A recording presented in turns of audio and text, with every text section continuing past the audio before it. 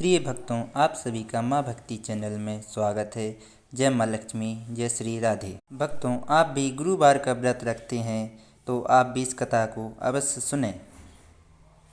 यह पौराणिक कथा इस प्रकार है। प्राचीन काल में एक राजा राज्य करते थे। वे बड़े प्रतापी तथा दानी थे। वे प्रतिदिन मंदिर में दर्शन करते तथा गुरु ब्राह्मण की सेवा किया करते थे।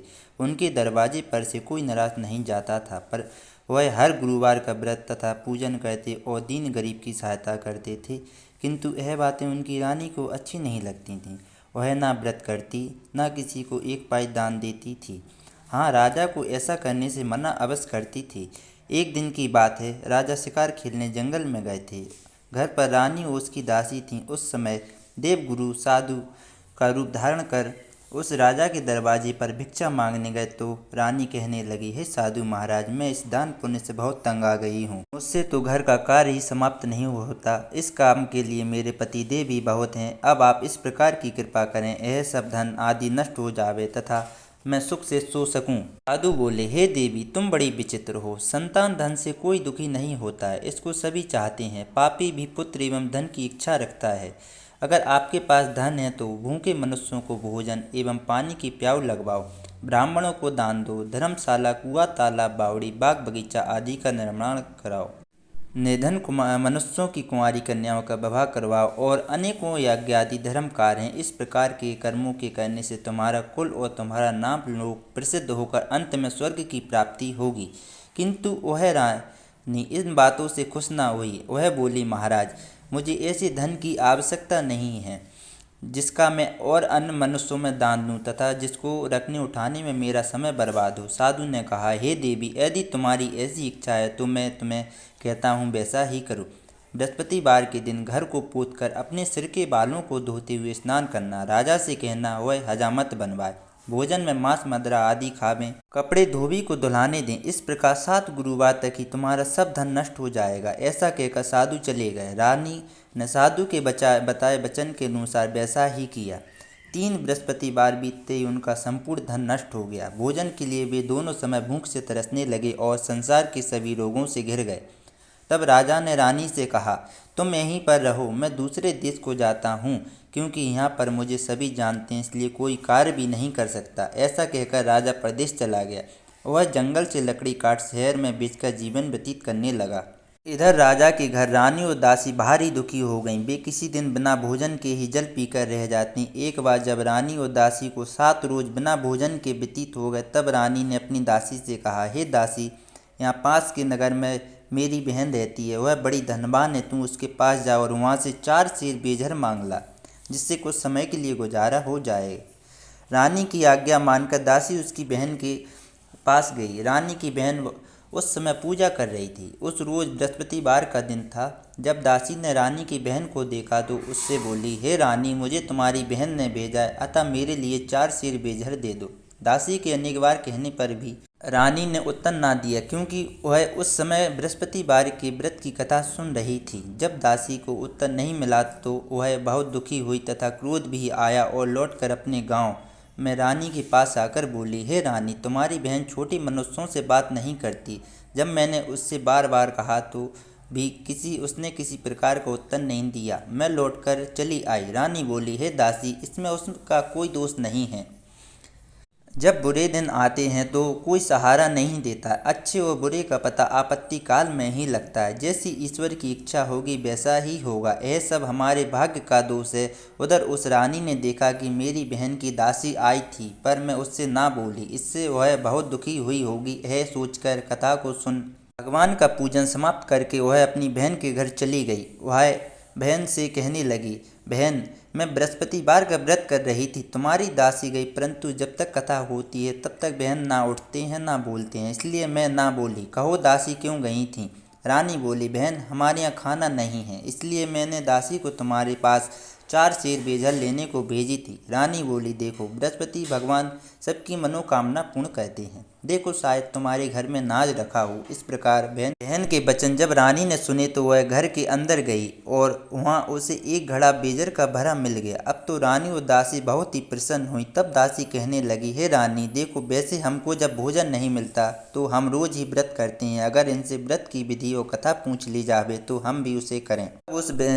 तब उस रानी ने अपनी बहन से पूछा, हे बहन, बृहस्पतिवार के व्रत की कहानी क्या है और यह व्रत कैसे करना चाहिए? तब उसने कहा, हे बहन, गुरु के व्रत में चना की दाल, गुड़, मुनक्का से विष्णु भगवान का केले की जड़ में पूजन करें, दीपक जलावें, पीला भोजन करें, कथा सुने। ऐसा करने से गुरु भगवान प्रसन्न हो अन्न धन पुत्र परिवार देते हैं और सभी मनोकामनाएं पूर्ण करते हैं। जब रानी और दासी दोनों ने निश्चय किया कि हम भी बृहस्पति भगवान का पूजन अवश्य करेंगे। 7 रोज बाद जब बृहस्पतिवार आया तो उन्होंने व्रत रखा। दासी घुड़सार में जाकर चना व गुड़ बीन लाई, उसकी दाल से केले के जड़ के सहित विष्णु भगवान का पूजन किया। किंतु पीला भोजन कहाँ से आवे, विचार कर बड़ी दुखी हुई। किंतु उसके व्रत के से गुरु भगवान प्रसन्न हो 2 थालों में सुंदर पीला भोजन लेकर आए और दासी को देकर बोले, हे दासी, ये तुम्हारे और रानी के लिए भोजन है, तुम दोनों इसी भोजन को करना। दासी भोजन को पाकर बड़ी प्रसन्न हुई। रानी से बोली, रानी जी भोजन कर लो। रानी को इस विषय में कुछ पता नहीं था, इसलिए वह बोली, अरे दासी, तू ही भोजन कर, क्योंकि तू हमारी बेत की हंसी उड़ाती है। दासी बोली, एक महात्मा भोजन दे गए हैं। रानी कहने लगी, वह भोजन तेरे लिए दे गए हैं, तू ही भोजन कर ले। दासी ने कहा, वह महात्मा हम दोनों को 2 थाली में भोजन दे गए, इसलिए हम और तुम दोनों ही साथ साथ भोजन करेंगे। इस प्रकार रानी और दासी दोनों ने गुरु भगवान को नमस्कार करके भोजन किया। अब तो वह हर गुरुवार को गुरु भगवान का व्रत और विष्णु भगवान का पूजन करने लगी। बृहस्पति भगवान की कृपा से फिर रानी और दासी के पास काफ़ी धन हो गया। रानी फिर उसी पे का आलस करने लगी। तब दासी बोली, देखो रानी, तुम पहले इसी पे का आलस किया करती थी, तुम्हें धन के रखने में कष्ट होता था, इसी कारण सभी धन नष्ट हो गया था। अब गुरु भगवान की कृपा से पुनः धन प्राप्त हुआ है तो फिर तुम्हें आलस होता है। बड़ी मुसीबतों के बाद हमने यह धन पाया, इसलिए हमें दान पुण्य करना, भूखे मनुष्यों को भोजन कराना, प्याऊ लगवाना, ब्राह्मणों को दान देना, कुआं, तालाब, बावड़ी आदि का निर्माण कराना, मंदिर पाठशाला बनाकर दान देना चाहिए।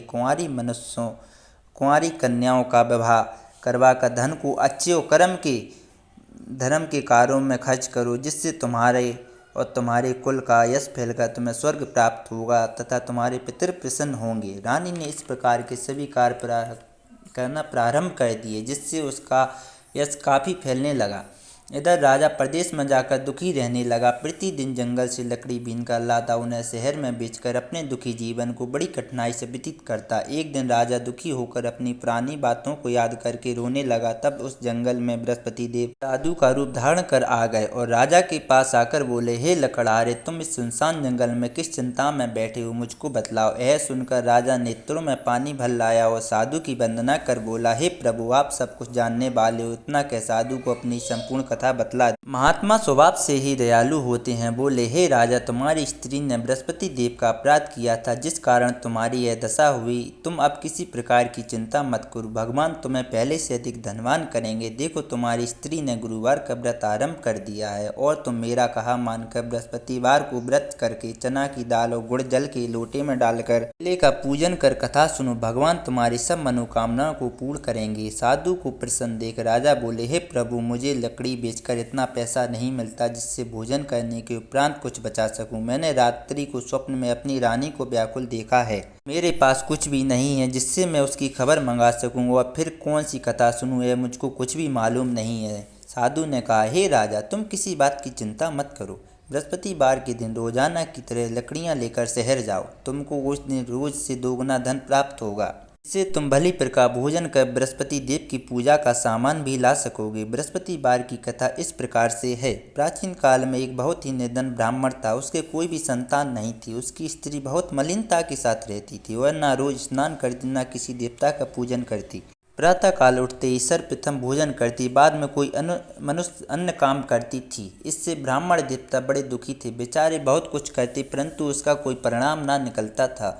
भगवान की कृपा से ब्राह्मण की स्त्री के गर्भ से कन्या रूपी रतन पैदा हुआ। वह कन्या अपने पिता के घर में बड़ी होने लगी। पूर्व संयोग से वह बालिका प्रातः स्नान करके विष्णु भगवान का जप करने लगी। तथा बृहस्पतिवार को व्रत करने लगी। अपने पूजन पाठ को समाप्त करके स्कूल जाती तो अपनी मुट्ठी में जौ भर ले जाती और पाठशाला के मार्ग में डालती जाती। तब ये जो स्वर्ण के हो जाती तो लौटते समय उनको बीन कर अपने घर ले आती थी। एक दिन वह बालिका सूप में उन सोने के जौं को पटक कर साफ कर रही थी। उस समय उसके पिता ने देखा और कहा, बेटी, सोने के जौं को फटकने के लिए सोने का सूप चाहिए। दूसरे दिन गुरुवार था। इस कन्या ने व्रत रखा और बृहस्पति देव से प्रार्थना करके कहने लगी, हे प्रभु, मैंने आपकी पूजा सच्चे मन से की है तो मेरे लिए सोने का सूप दे दो। बृहस्पति देव ने उसकी प्रार्थना स्वीकार कर ली। रोजाना की तरह वह कन्या जौ फैलाते हुए जाने लगी। जब लौटकर जौ बीन रही थी तो बृहस्पति देव की कृपा से सोने का सूप भी मिल गया। उसे वह घर ले आई और उससे जौ साफ करने लगी, परंतु उसकी माँ का वही ढंग रहा। की बात है, वह कन्या सोने के सूप में सोने की जो साफ कर रही थी। उस समय उस राज्य का राजपुत्र होकर वहां से निकला। वह इस कन्या के रूप और कार्य को देखकर मोहित हो गया। अपने महल में जाकर भोजन तथा जल त्याग कर उदास होकर लेट गया।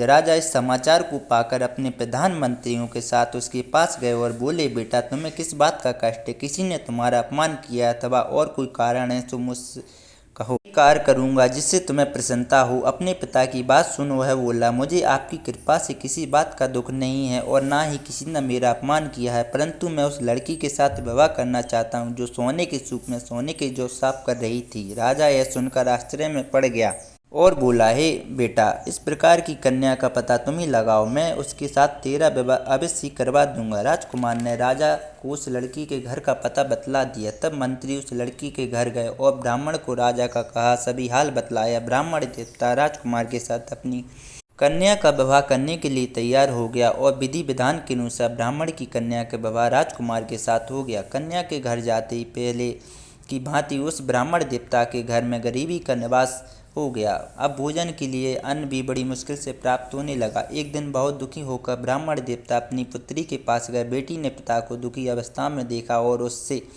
अपनी माँ का कुशल हाल पूछा। तब ब्राह्मण ने अपना सभी हाल कहा। कन्या ने बहुत सा धन देकर अपने पिता को विदा किया। इस प्रकार उस ब्राह्मण का कुछ समय सुखपूर्वक व्यतीत हुआ, किंतु कुछ दिन बाद फिर वही हाल हो गया। ब्राह्मण फिर अपनी कन्या के यहाँ गया और सभी हाल कहा तो लड़की बोली, हे पिता, आप माता जी को यहाँ लिवा लाओ, मैं उनसे सभी बात ठीक ठीक कह दूंगी। पुत्री की सलाह मानकर वह ब्राह्मण देवता अपनी स्त्री को लेकर वहाँ पहुँचे तो पुत्री अपनी माँ को समझाने लगी, हे माँ, तुम प्रातः काल उठा करो, प्रथम स्नान आदि करके विष्णु का पूजन किया करो, तब सब दरिद्रता नष्ट हो जाएगी। परंतु उसकी माँ ने एक भी बात ना मानी और प्रातः काल उठकर अपनी पुत्री के बच्चों की जूठन को उठाकर खा लेती। जब पुत्री पूजन आदि के लिए कहती तो वह कह देती, मैंने खाना खा लिया। एक दिन यह सुनकर उसकी पुत्री को बहुत गुस्सा आ गया और एक रात उसे कोठरी में से सभी सामान निकालकर उस ब्राह्मणी को उसमें बंद कर दिया। प्रातः काल होते ही उसे उसमें से निकाला और स्नान आदि करा के पाठ कराया तो उस ब्राह्मणी की बुद्धि ठीक हो गई। फिर तो पूजन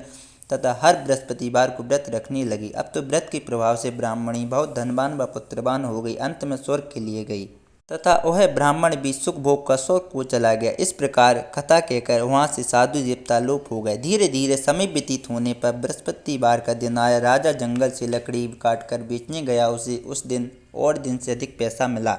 राजा ने चना गुड़ आदि लाकर गुरु का वार का व्रत किया। उस दिन से उसकी सभी कठिनाइयां दूर होने लगी। परंतु जब दोबारा गुरुवार का दिन आया तो राजा बृहस्पतिवार का व्रत करना भूल गया। इस कारण बृहस्पति भगवान नाराज हो गए। संयोग से तभी उस नगर के राजा ने विशाल यज्ञ का आयोजन किया तथा शहर में यह घोषणा करा दी गई कि कोई भी मनुष्य अपने घर में भोजन ना बनावे, ना अग्नि जलावे, सभी जनता मेरे यहाँ भोजन करने आवे। जो इस आज्ञा को ना मानेगा उसके लिए फांसी की सजा दी जाएगी। इस प्रकार की घोषणा संपूर्ण नगर में करवा दी गई। राजा की आज्ञा अनुसार शहर के सभी लोग भोजन करने गए, लेकिन लकड़हारा कुछ देर से पहुंचा, इसलिए राजा उसको स्वयं अपने साथ महल में लिवा कर ले गए और ले जाकर भोजन करा रहे थे तो रानी की दृष्टि उस खुटी पर पड़ी जिस पर उसका हार लटका हुआ था। वह वहां पर दिखाई नहीं दिया। रानी ने निश्चय किया कि मेरा हार इस मनुष्य ने चुरा लिया। उसी समय पुलिस को बुलाकर उसको जेल खाने में डलवा दिया। हारा जेल खाने में पड़ गया और बड़ा दुखी होकर विचार करने लगा कि ना जाने किस पूर्व जन्म के कर्म से मेरे लिए यह दुख प्राप्त हुआ। और उसी साधु को याद करने लगा जो जंगल में मिला था। उसी समय तत्काल